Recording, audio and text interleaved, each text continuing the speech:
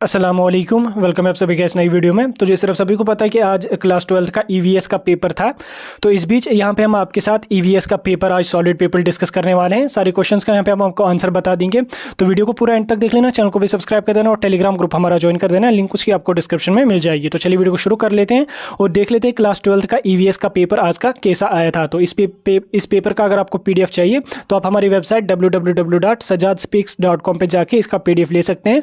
Google पे आप search कीजिए www.sajadspeaks.com, वहाँ पे आपको पीडीएफ इसका मिल जाएगा, या बाकी सब्जेक्ट का भी अगर आपको किसी सब्जेक्ट का चाहिए उसका भी आपको पीडीएफ मिल जाएगा। तो पेपर यहाँ पे हमारे पास पहुंचा है वाई सीरीज का। यहाँ पे आप देख सकते हैं टोटल 30 क्वेश्चन थे, 7 पेजेस का यहाँ पे आपको पेपर था, 70 मार्क्स का यहाँ पे आपका पेपर आया था, 3 घंटे का यहाँ पे आपको टाइम दिया गया था। इसमें यहाँ पे सेक्शन ए, इसमें आपको मल्टीपल चॉइस क्वेश्चन और उसके साथ साथ कुछ ऑब्जेक्टिव्स आए थे। इसमें टोटल 8 क्वेश्चन आए थे, जिसमें कुछ डैशेस भी आई थी, कुछ डेफिनेशंस भी आई थी, कुछ ट्रू फॉल्स भी आए थे। तो पहला क्वेश्चन यहाँ पे आपका है pH of acidic soil can be improved by, ठीक, पीएच हम एसिडिक सॉइल का किस तरह से इंप्रूव कर सकते हैं। तो इसमें यहाँ पे आपको 4 ऑप्शंस दिए गए थे, flooding, leaching, addition of lime, all of the above. इसका जो राइट आंसर रहने वाला वो आपका सी पार्ट रहने वाला है, एडिशन ऑफ लाइम। उसकी जब हम अपनी सॉइल में जो है वो लाइम को ऐड करेंगे तो उसके साथ साथ हमारा पीएच जो है एसिडिक सॉइल का वो बढ़ जाता है, ठीक। एसिडिक सॉइल में जब हम लाइम ऐड करेंगे तो उसका पीएच जो है वो बढ़ सकता है। तो नेक्स्ट क्वेश्चन यहाँ पे आपका आया था, what do you mean by negative soil pollution. Negative soil pollution किसको कहते हैं, इसकी यहाँ पे आपको डेफिनेशन लिख लेनी थी। नेगेटिव सॉइल जो पोल्यूशन होता है वो क्या होता है, reduction in the productivity of soil due to over use. जब कोई भी हमारी सॉइल होती है, जब उसमें हम ज्यादा यूज करते हैं तो उसकी जो प्रोडक्टिविटी होती है वो डिक्रीज होती है, ठीक। उसकी जो प्रोडक्टिविटी डिक्रीज होती है ओवर यूज के जरिए, ओवर यूज की वजह से, उसको यहाँ पे हम नेगेटिव सॉइल पोल्यूशन कहते हैं। तो इसकी डेफिनेशन अगर आपने लिखी होगी, the negative soil pollution is the reduction in the productivity of soil due to over use of soil is called as negative soil pollution. तो बस एक लाइन का इसमें आंसर लिख लेना था, हो गया यहाँ पे। उसके बाद क्वेश्चन नंबर 3 यहाँ पे आपका आया था, why it is difficult to recycle plastic, ठीक।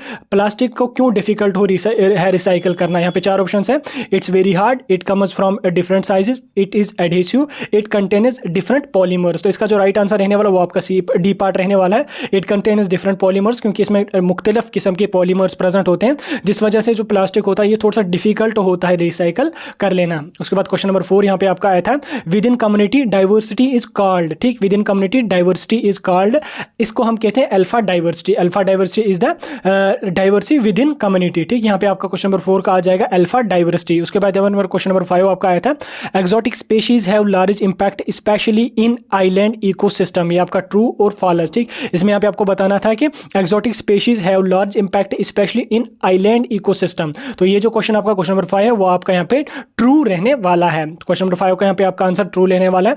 उसके बाद क्वेश्चन नंबर 6 यहाँ पे आपका आया था, डिफाइन क्रायो प्रिजर्वेशन।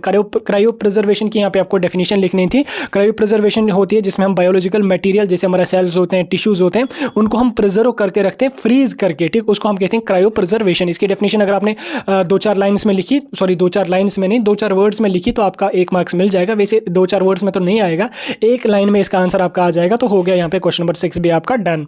उसके बाद क्वेश्चन नंबर 7 यहाँ पे आपका आया था, which of the following isn't pollutant. यहाँ पे आपको 4 गैसेस दी हुई थी, carbon dioxide, carbon monoxide, sulphur dioxide, उसके बाद नाइट्रिक डाइऑक्साइड। उसके बाद यहाँ पे 4 ऑप्शंस आपको दिए हैं, तो 4 में से आपको देख लेना है कि कौन सी गैस यहाँ पे नॉन पोल्यूटेंट है। तो यहाँ पे इसका जो राइट आंसर रहने वाला है वो आपका रहने वाला है ए पार्ट, कार्बन डाइऑक्साइड, ठीक। ये आपका नॉन पोल्यूटेंट गैस होती है।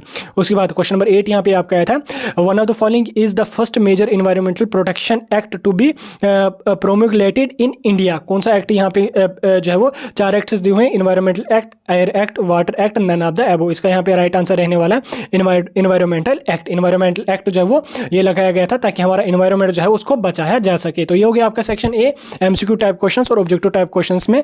तो उसके बाद सेक्शन बी यहाँ पे आपका आया था, 2 मार्क्स वाले क्वेश्चंस यहाँ पे आपको आए थे। इनमें यहाँ पे आपको 1 या 2 लाइन में आंसर लिख लेना था। जैसे यहाँ पे एक पहला क्वेश्चन आया था, how can we reduce carbon monoxide and hydrocarbons, किस तरह से हम रिड्यूस कर सकते हैं। इसमें आपको बहुत सारे मेथड्स हमारे पास होते हैं, 1-2 मेथड्स आपको लिख लेने थे कार्बन डाइऑक्साइड के लिए, 1-2 मेथड्स आपको लिख लेने थे हाइड्रोकार्बन्स के लिए। उसके बाद यहाँ पे आपका बाकी क्वेश्चंस का भी यहाँ पे आप देख सकते हैं, आप चाहें तो स्क्रीनशॉट ले लीजिए इनका, अगर आपको जरूरत पड़े। अगर आप अगले साल वीडियो देख रहे हैं तो स्क्रीनशॉट ले सकते हैं, जिनको ईवीएस का पेपर चाहिए। तो यहाँ पे बाकी क्वेश्चंस का भी आप देख सकते हैं। इनमें यहाँ पे आपको छोटी छोटी डेफिनेशंस लिख लेनी थी 2 या 3 लाइन्स में, आपका इसमें बराबर मार्क्स मिल जाएगा। उसके बाद सेक्शन सी और सेक्शन लास्ट यहाँ पे आपका आया था, सेक्शन सी आपका आया था 3 मार्क्स वाले question, short answer type question. इनमें यहाँ पे आप देख सकते हैं जो डेफिनेशन थोड़ी लंबी लंबी लिख लेनी थी, 7-7 8-8 लाइन्स में भी अगर आपने लिखा तो बराबर मार्क्स मिल जाएंगे, 4-5 लाइन्स में भी लिखा तो भी बराबर मार्क्स यहाँ पे आपको मिल जाएंगे। तो आप चाहे इनका स्क्रीनशॉट भी ले सकते हैं।